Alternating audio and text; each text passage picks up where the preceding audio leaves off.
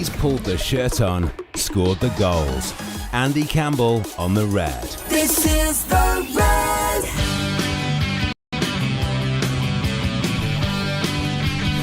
Well, I tell you what, it's a full house, lads. It really is a full house. We've got the man himself, AC, Andy Campbell, Cams. What did you used to get called as nicknames when you were, Boro, Cardiff? Oh, it depends what kind of game we had, to be fair. Cams, Cammy, yeah, a little bit of anything. AC. I was talking to Cammy today. Yeah. Yeah, the Cammy. The original. The original Cammy, yeah, original sorry, Cammy. mate, sorry. The original. And we've got Guesty in the studio as Good well. evening. It's great to see you, mate. And you, Dave? How are you? Because you I'm did good. your leg in and stuff, didn't you? Yeah, I broke my leg, but like you say, I've missed out on a few games because of it. But Oh, no. I've missed out coming to see you's good people. But Sitting I'm next back. to Good job, royalty. good job you weren't a horse, might have put you down. Oh, definitely. Should have been shot years ago, me, Andy. Lad. I'll let you guys say that. I wouldn't dare. Well, all right then. Maybe you should have been Guesty. I don't know. So, fellas, it's an interesting one, isn't it? Because games have come thick and fast. Players have fallen lame, thick and fast. It's been progress in the cup. Nice to get through the quarterfinals. Yeah. It's a bit of a disappointment. We'll come on to it. Plymouth opportunity there to take 3 points, and you've got the not so small matter of Leicester coming to town. So where do you want to start, AC? Let's start with Saturday. I think Saturday was I think I agree with you. I think in the bigger picture, I think it was something lost. I think we dominated the game in long patches. But you go to Plymouth. Plymouth are one of those sides for me who they've got no fear.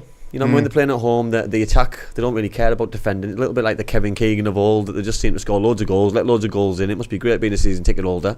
But I think it makes them very dangerous. And I think a lot of teams are going to fail there. I think a lot of teams will let goals in. A lot of teams will drop points there. So you can look at it that we got a point, which is good because we were losing at one point. But when you're in that position and you're behind and then you've got yourself back in ahead at 3-2, you've probably got to see things out. You know what I mean? If you're a top side, and I probably do put us in that bracket, you know what I mean, regardless of league position, we're a top side. Yeah. And when you're 3-2 away from home, the good sides and the teams who get promoted are those teams who hang on to those kind of things. And 1 point to turn into 3 is a massive, massive result. Yeah. Guesty, were you disappointed at the weekend, or were you? No, I thought it was an absolutely fantastic game of football. Well, it was, but at the end still, of the day, still we're Boro fans. Yeah, like at the end of the day, what Andy said, I think it showed up some of our frailties where we've been falling short this season. Yeah. But I think, like I said, they're a good side, though, aren't they? You know what I mean? Like give them credit where credit's due. They're playing with confidence. They've done it for years. They've been through League 2, scored loads of goals. Been through League 1, scored loads of goals. And you find these teams who come up, like you say, up to Sheffield United. Yeah. I know Plymouth aren't pulling no trees up, but they are attractive to watch. Yeah, they are good. But Ipswich are doing the same. These teams seem to carry the momentum over from League 1 into the Championship. Yeah, certainly do.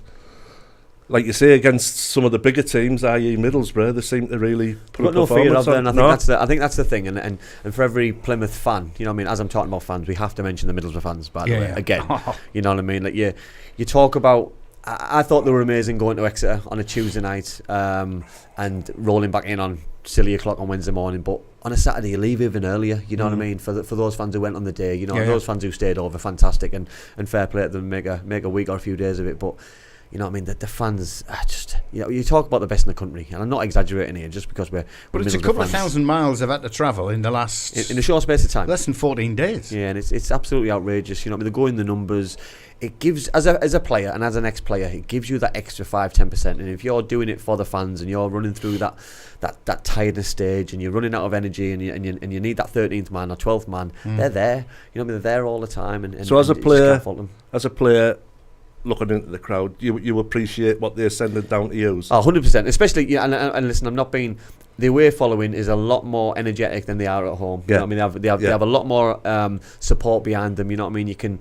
You just get 100% backing because they're there for that reason. You know, when you're at home, you're getting a different kind of following. You're getting the numbers, and you can hear sometimes the moaning groans. But the away fans are just so passionate about what they're doing, and I just think they're absolutely brilliant. And everyone goes on about Sunderland fans and Newcastle fans, and Middlesbrough fans are right up there. You know what I mean? Yeah. They're the best. You know, North East fans are so passionate for football, and I don't think we get the credit for what we deserve just because we're not in the top league. It's irrelevant. You know, it's definitely, like you say, the North East are up better football. Yeah, of course it is. The fans. The people around football, it's our life. Yeah, Guesty, put them over the top. They'll hold there. Dave, they keep sliding. My head's shrinking. They keep sliding. There you off. go. You've got it. Yeah. Can you tell a difference whether there's 450 fans in the away end or whether there's 2,000 away fans in the end? Does it make a difference to the players? I think the way it looks, you know what I mean. I think you put a photo on, Dave, didn't you, at the weekend about the photo from the Plymouth end, and because it just looks jam packed, it just looks even more special. You know what I mean? If that's 100 fans there or 1,400, you know what I mean? It just looks amazing.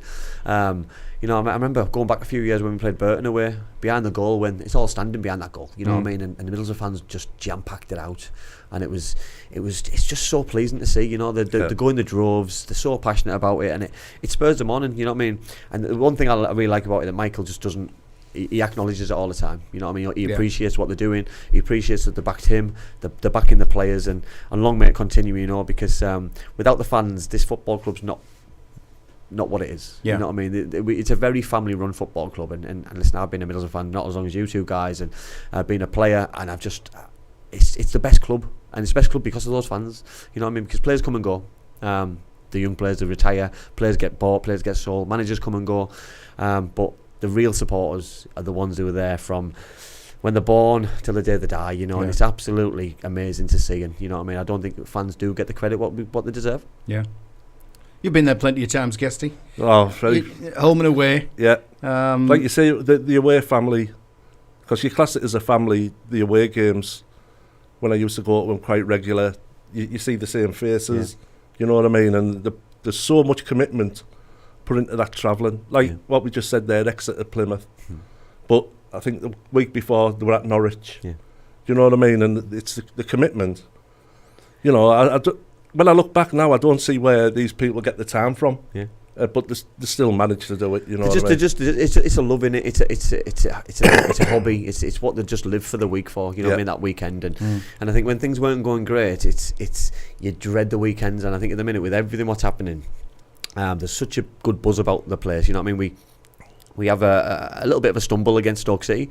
We pick up a good win at Exeter City, and then we go and score 3 goals away from home again. Yes, we only got a point, but I think it'll be a good point in the long run. I think they'll be disappointed, but I think that disappointment about getting a draw away from Plymouth just shows how far we've come. You know, forget the good side of the bad start. If you're going away to Plymouth, who are a good side, solid side, who got ambitions themselves, to be disappointed with a point shows how far we've come. Yeah, absolutely. Look, we're live on the Red Radio. You can WhatsApp messages, comments into the studio. The number is 0330 043 2002. That's 0330 043 2002. Also live on Facebook Live. You can stick your messages on there. We're going to get them very soon.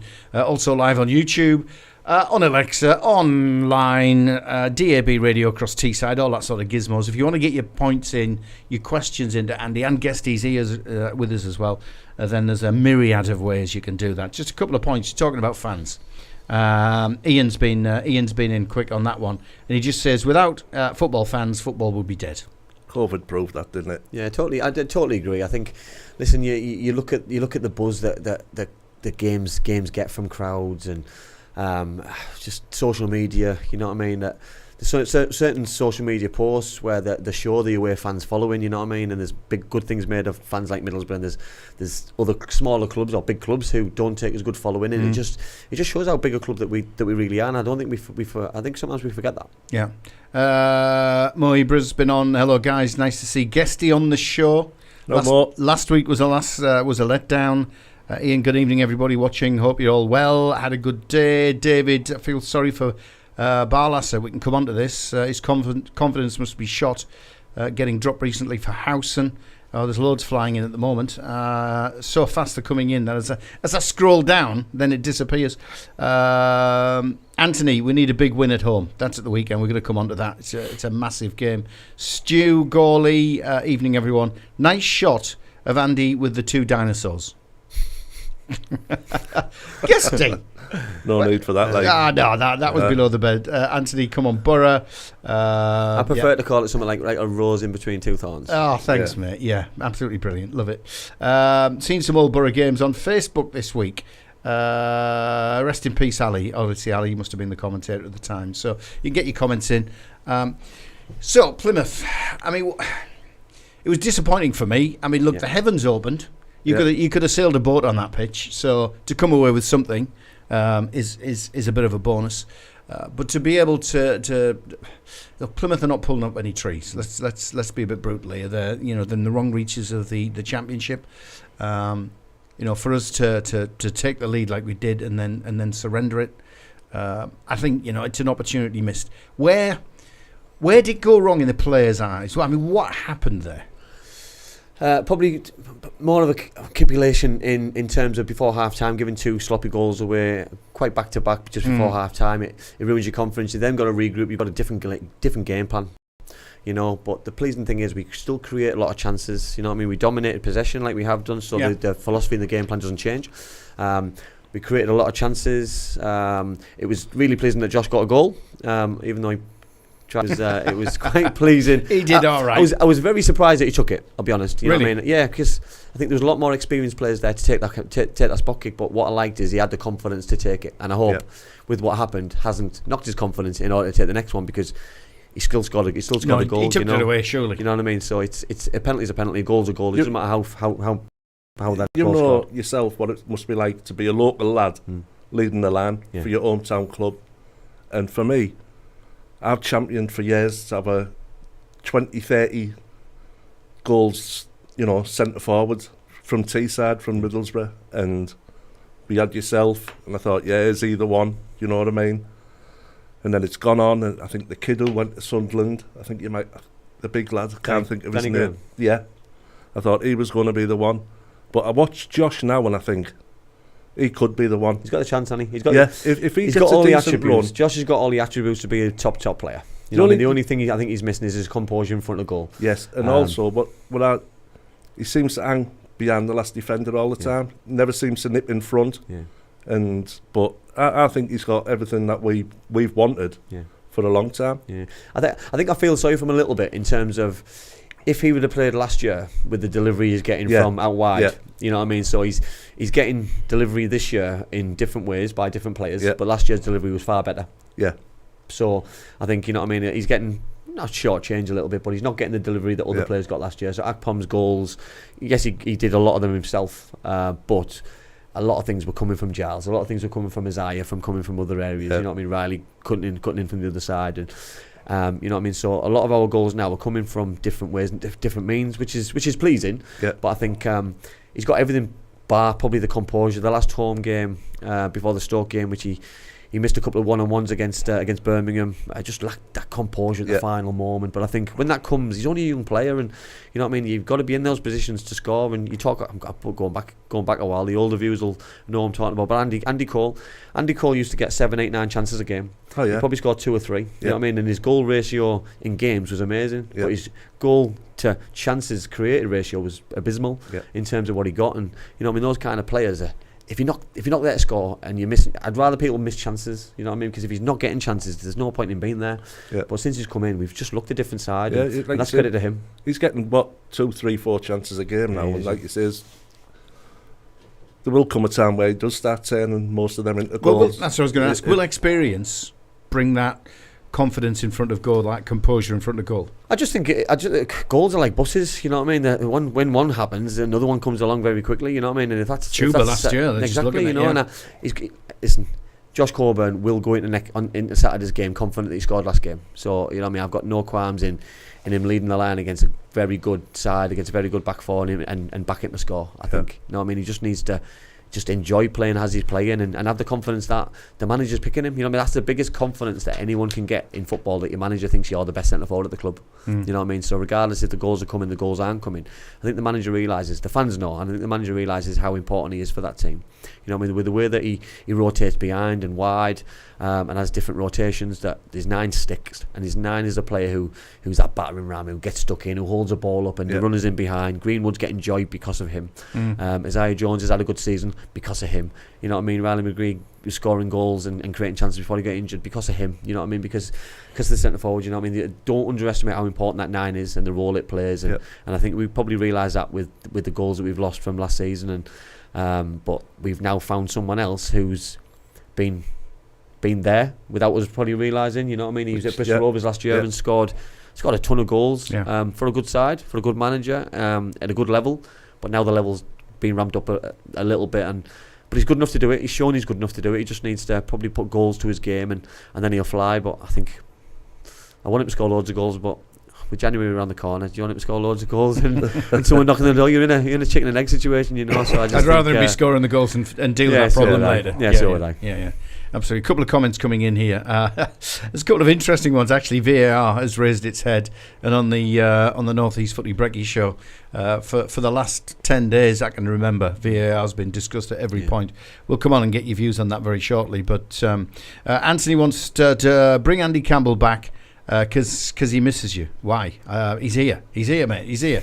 I'm not sure you'd miss me on Saturday. If I play on Saturday, I think you'd be changing your tune. You've got an invite, mate. Because Ian's a big Darlow fan and watches the show regularly, so we're converting him. Yeah. But he says, please, can Andy Campbell play for Darlow on Saturday?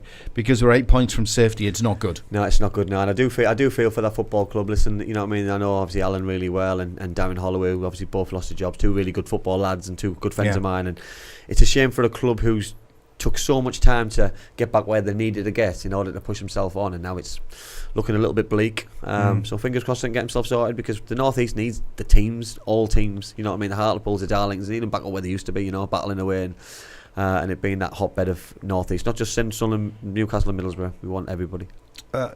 Guesty, we're getting some support, mate. So Stu Golly's been on Andy having digs at the Zolder fans. Smiling face. Keep it going, Stu. We like you now. You can get back on the Christmas card list, mate.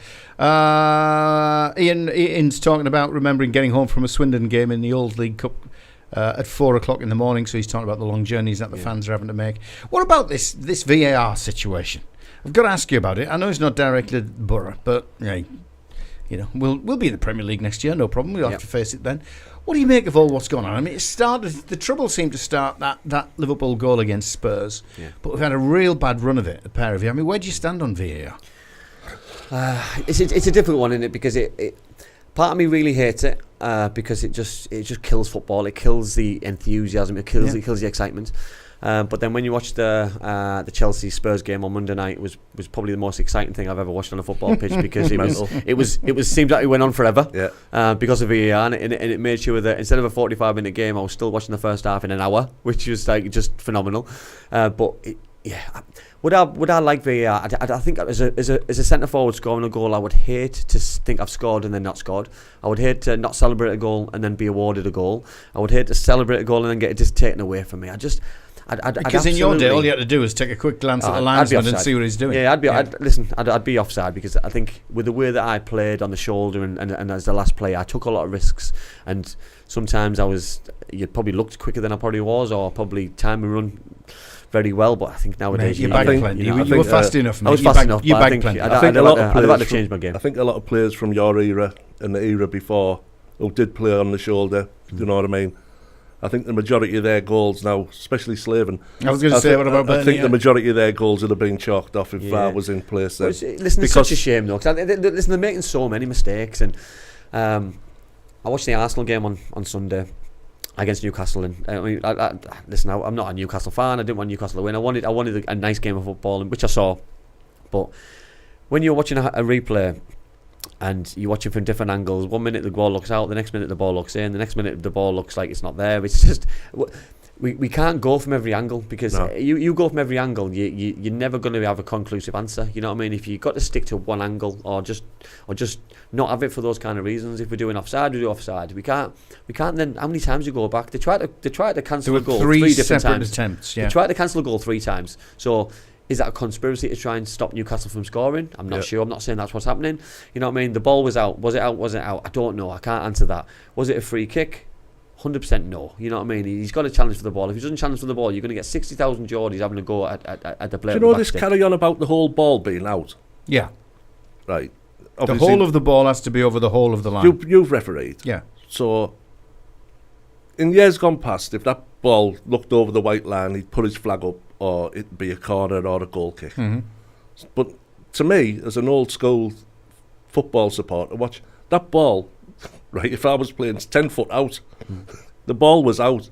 And I dare say when you were refereeing, you'd have said... No, it doesn't change. It doesn't change, Guesty. So it's always been Always been the The whole whole of the ball. even though it's overhanging the line. Yeah, the whole of the ball has to be over the whole of the line to be out. But I think this is a point, Dave, for me, though. I think officials are getting a little bit... they might be told to do it, I don't know the remit. But for me, it looks like they've been a little bit lazy. Don't put your flag up, you know what I mean? Because we can get to the final decision regardless anyway. Yeah. Don't do that. If you think it's out, it's out. If they'd have put the flag up, it would have stopped the whole thing. Yeah. You know what I mean? Even if it's not out. But they're told not to now because of that exact reason. Everyone's allowed to make a mistake, Yeah. and I think that used to be a talking point in the pub. You know what I mean? It used to be a little bit of talking point between players and officials. You know, I'll go back to when Middlesbrough played Man United, and it was the famous when we got beat 4-3 by them at the Riverside, and there was the offside. I think it was Andy Cole, Dwight York scored, and we all thought it was a mile offside. He looked a mile offside. I've watched the video a million times since, and he still looks offside, but he's miles onside. And I think, you know what I mean. You judge by that moment at time, you know what I mean? And for me, I'd like to go back to the old way of referees making a final decision and then coming out and explaining the decision. If it's wrong, hold your hand up and say you made a mistake. But if you're right, you judge by how good you are as an official. Like players are judged, managers are judged. I felt really sorry for Arteta, I'll be honest. You know what I mean? VAR, a little bit hung him out for dry, you know what I mean? That he says it's definitely not a goal, the decision's a disgrace, but he called it an embarrassment. Yeah, every angle which you see, it's a goal. But every different angle what you see, it looks like everyone could be in his favour. Yeah, there was nothing conclusive. No, but you've got all any of those three decisions. You've got all the pundits whinging about it, then you've got all the pundits, Jamie Carragher saying, backing up VAR's decision. Then I dare say on the Monday night, if he's doing the Monday night show, they're pulling VAR to bits. Yeah. So there's no consistency in amongst the people around football either. Yeah. You know what I mean? And what I don't like, Guesty, as well, I don't like this concept of get ex-players trained up to do it. You know what I mean? Ex-players aren't an expert on officiating. You know what I mean? They're not an expert on technology. Yeah. They're not an expert on being referees and being assistant referees or fourth officials or linesmen or whatever you want to call them. For me, if you want people to be better, you train them up to be better. You know what I mean? These are the experts. You know what I mean? You never ask a referee to be a manager. Never ask a referee to be a player. You know what I mean? So everyone's got their own expertise. You wouldn't ask a policeman to be a fireman. You wouldn't ask him to be vice versa. Just don't be disrespectful to each other's jobs. You know. So I like the cut of this lad's cloth. Yeah. Because I was talking to Chris Kamara today. He's got his book out, his autobiography, and it's supposed to be a great read. So we're trying to sort out getting him on the radio stations. But I always remember I had a bit of a barney with Chris because we've known each other for a long time. We both worked at Sky together, and he mentioned something on a live program, and I gave him a call afterwards, and I just said, Chris, just so you're aware what the law states. And he went, how many professional football matches have you played in, Dave? And that sums up to me. Players play the game and want the laws of the game to be as they want them to be players, to help them play. They want to help them play. They want them to suit the game. But they aren't. No, they're not. You know, they're there to officiate the game. They are, yeah. So where do you stand when you get the likes of Simon Jordan coming up, which I don't mind him sometimes on TalkSport, where he's saying if players cut out the diving, if managers cut out the whinging, you know what I mean, and showed the same respect to referees as the rugby union and the rugby league lads do, you know, the game would move on, it'd be better. But you know, and I know from an early age, you do learn different things to bend the rules a bit, do you know what I mean? Listen, football's evolved so much, and I think because it's evolved with different rules, it's evolved with different technologies which has come in, and I think sometimes you just got to embrace it and you've got to move with the times, and I think sometimes we're stuck in our ways, you know what I mean? You talk about respect there. Rugby is such a different animal to football, you know what I mean? The supporters are different. You couldn't sit a Millwall fan next to a Middlesbrough fan, you know what I mean? In rugby you can sit rivals next to each other, in between each other, and it just doesn't work. And it's a natural start-stop game, so something like a VAR, that sort of technology, you don't mind, it's like cricket, you know, balls bowled, shots taken, the game stops, so you can review stuff.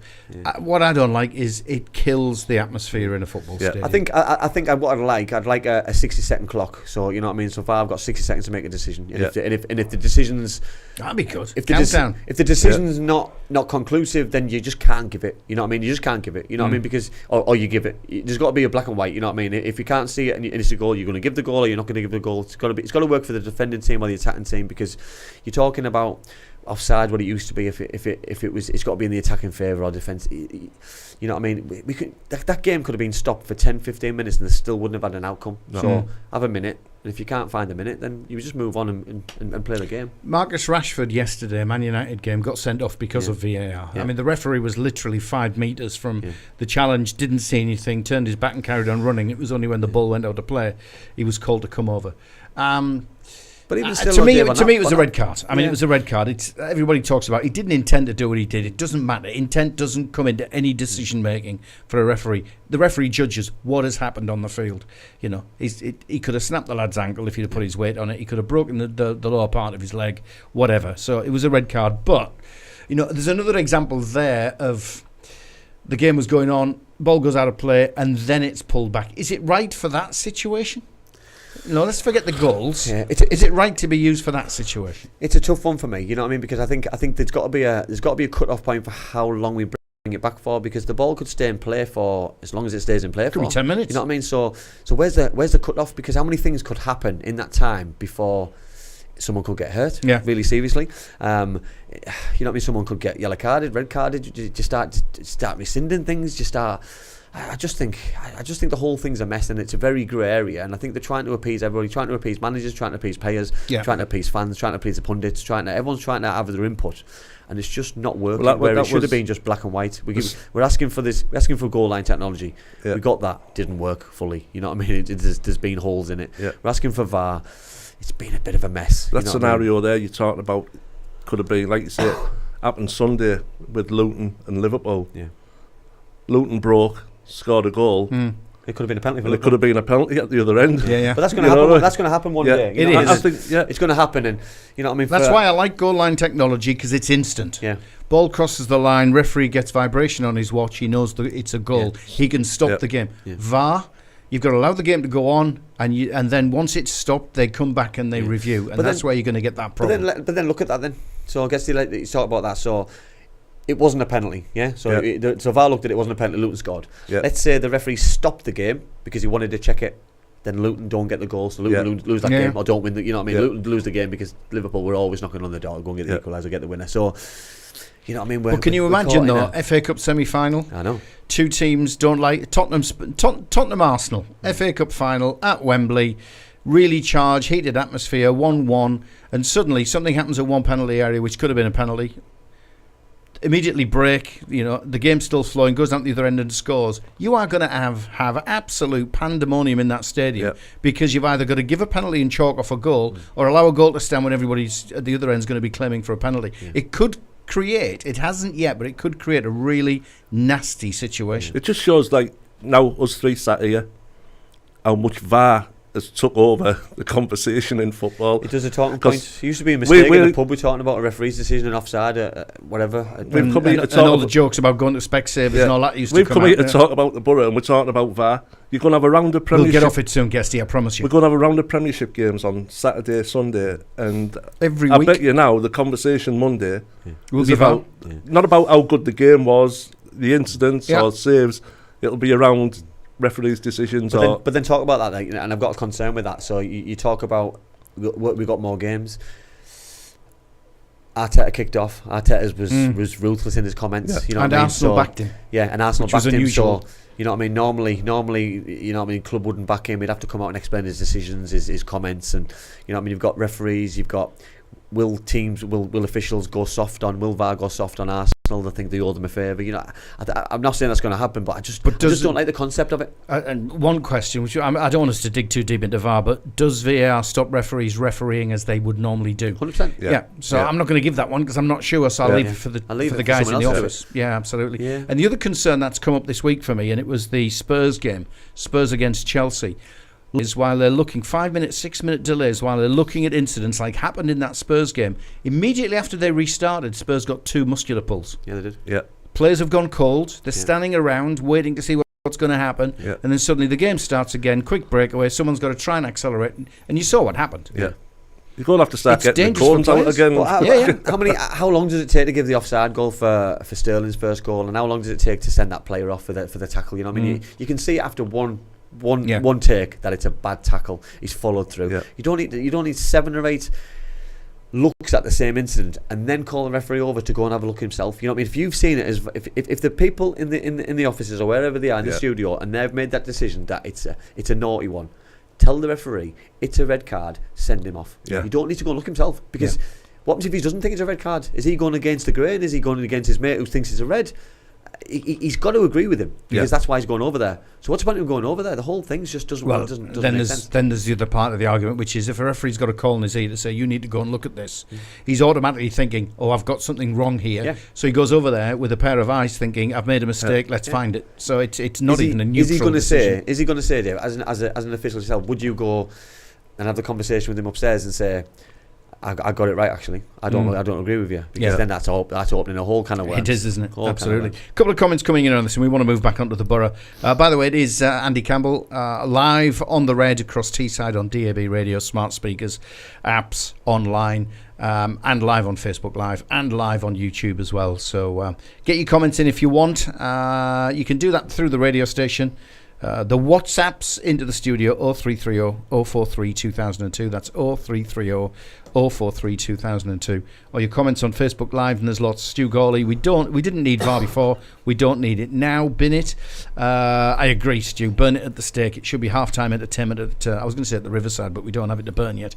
Ian, I also think VAR is causing players injuries as well. There seems to be a lot of injuries since VAR was introduced. We've dealt with that one, mate. Thank you. Rob, hi guys, good show. The issue is now we have the ability to scrutinise every single decision. It wasn't possible before. So still plenty of comments coming in. Let's get back to the Boro. And the not-so-small matter, fellas, of Leicester City coming to town. Now, prior to them being beaten by Leeds, we'd have thought, geez, this is the hardest game of the season, a la Burnley last year. Now they've had a defeat. Guesty, as a fan, are you concerned them coming to town? As a fan, I've never been concerned when the top two come to town, top of the league against the Boro. Andy will know. For some reason, we always seem to do well against teams that we're expected to get turned over by. Going up to this, leading into the Southampton game, what was it, 6, 7, 8 games without a win? Everyone's petrified. Southampton are coming to the Riverside. Done an excellent job on them. Leicester, like you say, I think they're a bit of a different animal to Southampton. I watched the Leeds-Leicester game, and for a championship game, it was absolutely amazing. The Leeds were brilliant. Yeah. Hate saying that, by the way. Yeah, two teams. Good man. Two teams at a different level for the championship. So I just have every faith in Carrick. You know what I mean? And in Carrick we trust. Yeah. I think for me the bad thing is that they lost that game. They were going to lose. You know what I mean? We talk about we were going to turn things around. Yeah. You know what I mean? And with our good solid wins on the bounce, we were always going to lose against the side. Like we got beat against Stoke. Yeah. They were always going to lose a game. It's how they react now. So they're in a different position. You know what I mean? And how do they react? You know what I mean? Look at the players they've got. Are they too good to go on a bad run? Define a bad run though. So is 2 games a bad run? Losing you know what I mean? 3 games, 2 on a belt. No, I think anybody can beat anybody in our league. But I look at the experience. They've got Harry Winks in the midfield. You've got Jamie Vardy up front. Oh yeah. You've got Dewsbury Hall. You know what I mean? They've got some of the most exciting players. You're frightening outside of the Premiership. You know what I mean? So for me, it's will he mix things up? You know what I mean? They've got a good enough side to beat Middlesbrough. Let's put that out there. But Middlesbrough have also got enough on their day to beat Leicester City. You know what I mean? Leicester know that. You know what I mean? We'll attack them differently to what Leeds did. I thought Leeds were exciting. They had a lot of pace. I thought they were brilliant on the day. They got the tactics absolutely spot on. It'd be interesting for Leicester. Will they set up differently? Will they come and counter us? Will they defend as a will they let us dominate the ball? Will they let us up? But they like to have the ball, you know. And what we can't afford to do is switch off for a second with the centre forwards that they've got. You know what I mean? If that's they've got Premier League players. Will they play Vardy? Yeah. Will they play Iheanacho? You know, it's going to be a difficult game. But Hayden Hackney playing against Harry Winks, that gives him a real good test of how good a footballer he is. You know what I mean? Dale Fry against Jamie Vardy or Iheanacho. You know what I mean? These are the games that you want to play in as a player. Yeah. You know what I mean? These are the games you want to go and watch as a fan. You know what I mean? No disrespect to Plymouth. You know what I mean? When we play them at home, when we play Southampton are a different animal to Leicester. Leicester are top league, they're flying, they're there to be shot at.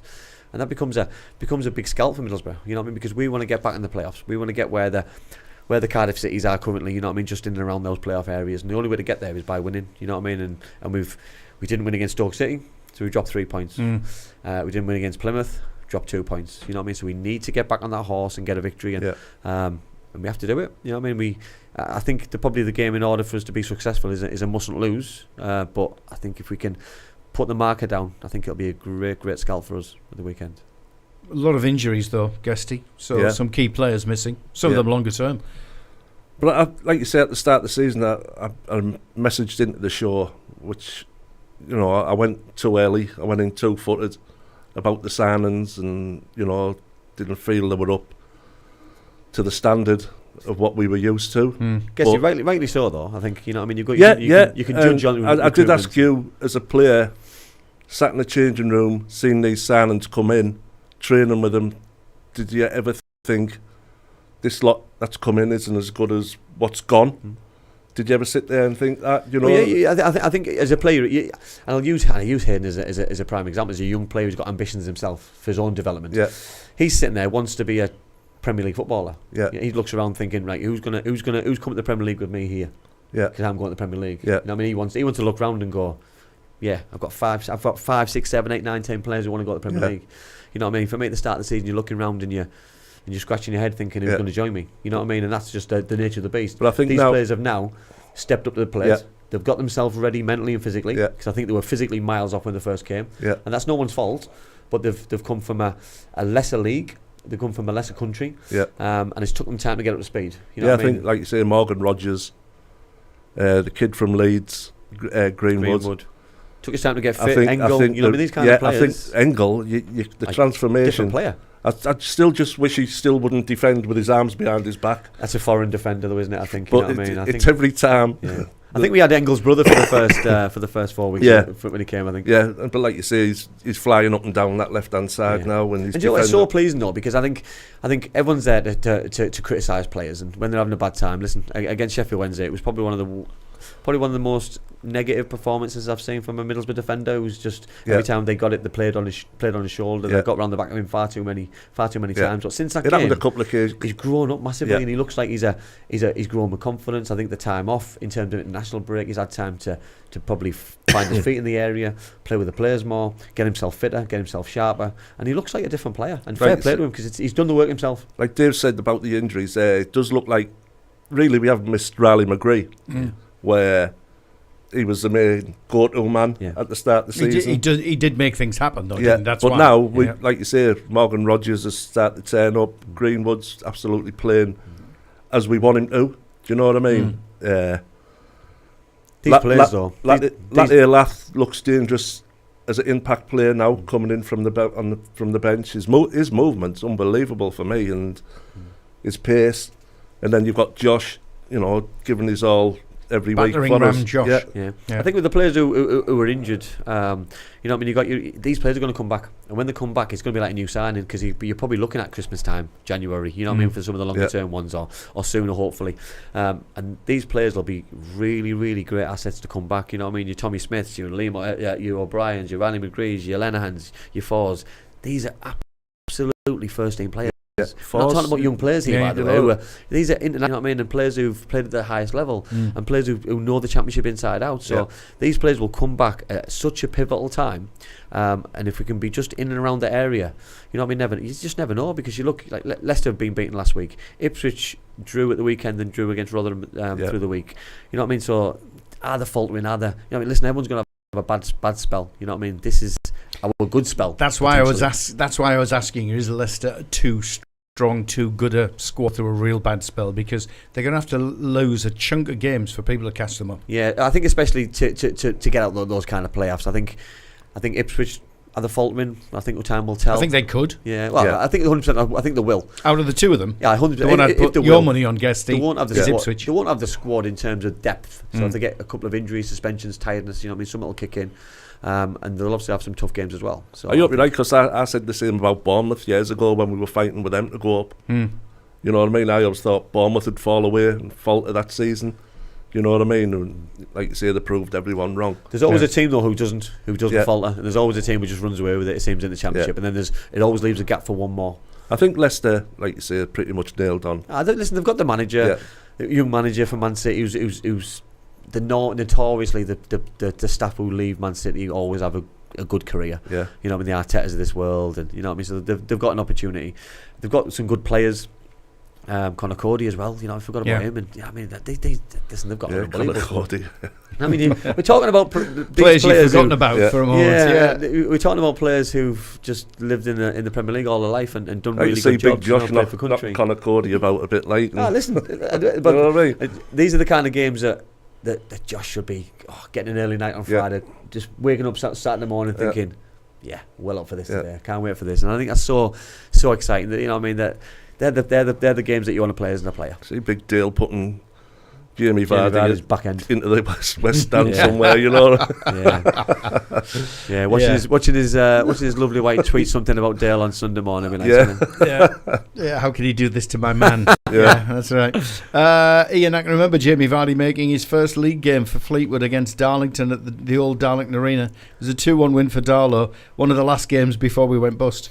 That's nice memory to have, mate. Well, I came across Jamie when he went to Halifax Town, because I just left Halifax when they went bust. Yeah. So then Jamie came in as nothing, nobody who just came out of non-league football, and he was. I went to watch him a couple of times, and he blew me away. You knew then he was something special. He was frightening then. You knew then he was something special. Yeah, and obviously then Fleetwood took him for £1 million, and the rest is history.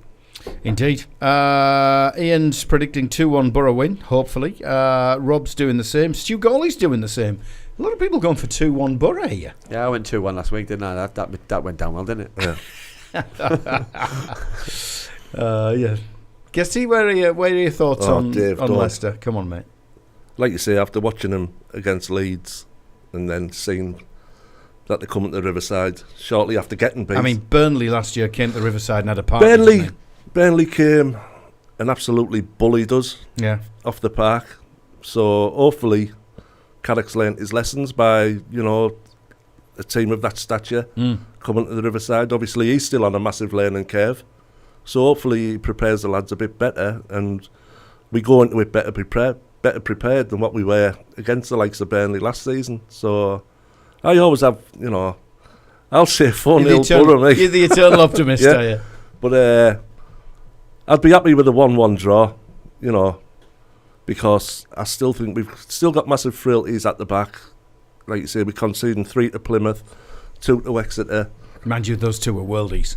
Yeah, and you know what? I don't want to swear. What really annoys me? Yeah, don't swear, mate. If I'll lose my licence. Yeah. All of a sudden on Facebook, on your social medias, because this guy scored 2 goals against us, do you think we should look at signing him in January? That's the comment, is it? You know what I mean?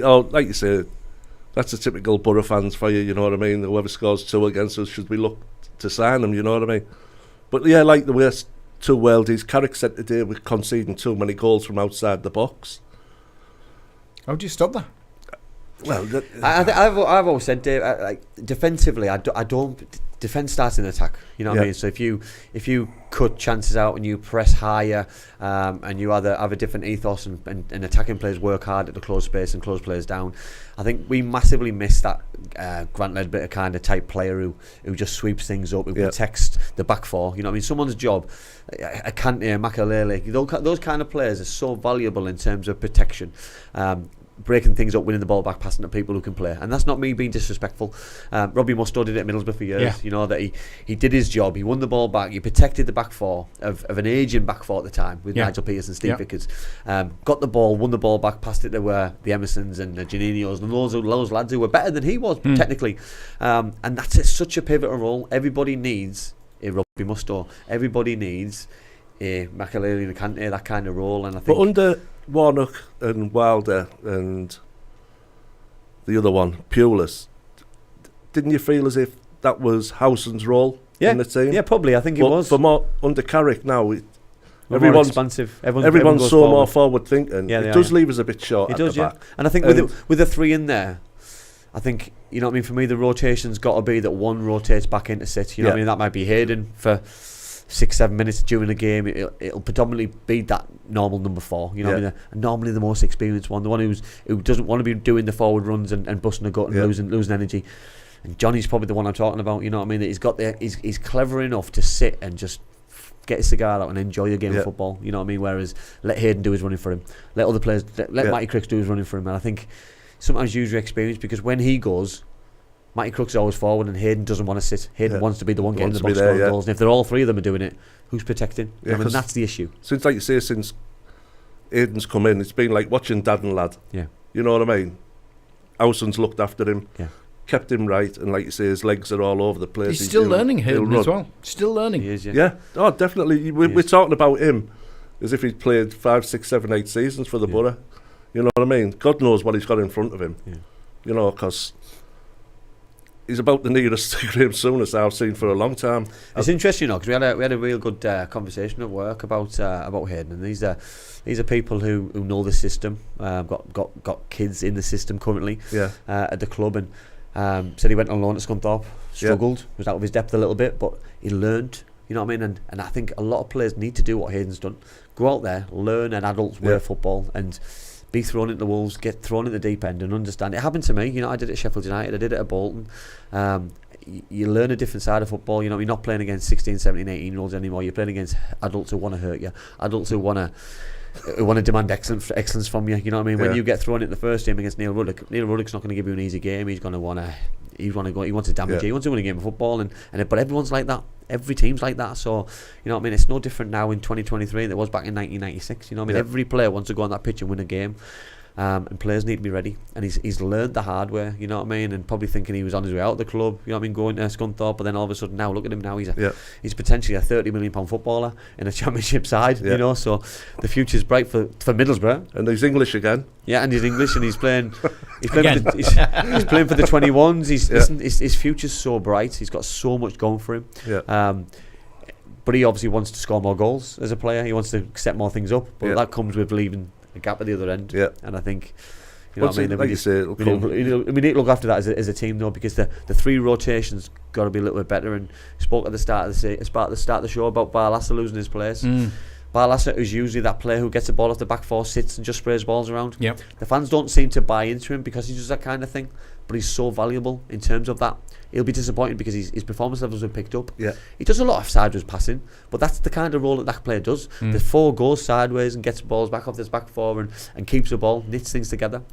Doesn't always look forward, but sometimes that role is a niche role, and fans don't like it because he doesn't look forward, but it's pivotal to someone to success. Coming from Brian, no clean sheet at the weekend, so we've got to score a few. That seems to be where we are, isn't it? Hasn't that been the Michael Carrick way though? Well, it has, hasn't it? I mean, look at last season, but we did have 45 million quid's worth of attacking sort of play in the team that was removed in the summer.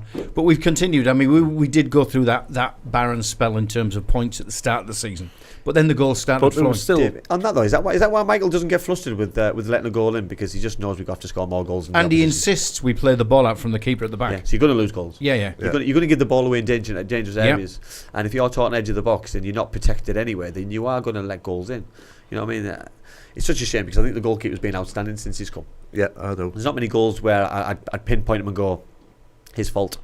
You know what I mean? Not many. You know what I mean? There's been some worldies against him this year, by the way. But the third goal against Plymouth, how many times do you see that in a game of football? How many times have you seen that scenario, Andy, where it's a free kick, it's whipped in, the defender goes down to head it, everyone misses it, and it's in the corner. I can't blame a keeper. I can't blame the keeper because it's the ball, isn't it? It's the quality of the ball. You know what I mean? I think Engel should have thrown everything he possibly could. 100%. But if you're going to go for it, you've got to. But I think sometimes as a I hate heading the ball, to be fair, so I'm no expert here. But as a player going to head the ball, if you're not confident that you're not going to end up putting it in your own goal, you're going to leave it. And you leave it, then you're risking someone's behind you who's going to score, or worst case scenario, it goes all the way in, and that's what happens. It's unfortunate. But that's the quality of the ball, because if the ball's no good, then you can leave it comfortably, know it's going to go out. But now everyone's an expert. And it was a wet night, and zips off the floor, doesn't it? Dieng didn't have, Dieng had thought Engel was going to head it. It was a last minute change, didn't have time to react. No. So, predictions times, fellas. I think we're getting to that point. I mean, we know, Guesty, you want to win 4-0, but that's your heart ruling your head. What's your head saying? I'll like you say, I'll be happy with a point. I'll go with a 1-1. Yeah. I can't see us taking the 3 points, you know what I mean, just totally because of the quality of Leicester's squad and what they have up front. But I think we've got enough to go toe-to-toe with them and come out even with them. Yeah. Listen, Leicester, I believe will definitely score, but Middlesbrough will definitely score. You know, I think there's too much quality on the pitch to not have goals in this game. There's international footballers. There's some very, very, very good footballers on show at the weekend. 2-2. 2-2. Yeah. Lots of goals. Galore. But then, I mean, they're just continuing a theme, aren't we, really? It's goals galore. It's got to be. We're talking about how Frailty's at the back. We're talking about how good Josh is, how Greenwood. We're talking about how good we've got going forward. They've got quality. We haven't as well. even mentioned Jones. Yeah, I know. You know, he's been frustrating these 2 games, but he keeps getting the ball. The last 2, he keeps getting the ball and he keeps wanting to put it in there. Do you know what I mean? It's consistency. He has with no him, fear. It's consistency. Yeah. He gets consistency with his final ball. He'll be some player. Yeah. He gets his stats and his data up. Well, I've been refusing to make predictions on every show that we do on the Red because I've been getting it wrong so badly. I get it wrong. But I agree with you guys. I mean, we're the masters of grabbing defeat from the jaws of success against the easy teams. Yeah. There's nothing easy about Leicester coming to town. So I think we'll be on our game, but I still think they're massively strong. I think my heart is telling me we'll get a point. My head's telling me it might not be our weekend, but I'm not going to let my head rule. No. So I'll agree with you guys. I'll say it's a draw, but 1-1. Yeah, I think if Leicester had to continue to win, I think it makes it a little bit easier game because they probably wouldn't have refocused and regrouped, but they've had to since and last no Friday. midweek games as well. And they've had an extra day. You know what I mean? Because they played Friday night against Leeds, so they've had that extra day. I'm not saying it's important, but the amount of games that Middlesbrough have had recently, you know what I mean? They've got a big squad. They can probably regroup, reshuffle, work on things a little bit more. They've got a little bit more rest. They had less travelling. You know what I mean? So a lot more factors are going for them than Middlesbrough right now. Cracking. Fellas, we're done and dusted. Thanks for your time, Fabulous. Andy. Thanks for another Cam's Red Army. Loved it. Back next week, Thursday, usual, 7 o'clock, and on the Red, on Facebook Live, on YouTube, around the world. Cracking. Thanks, fellas. Thanks, Dave. Andy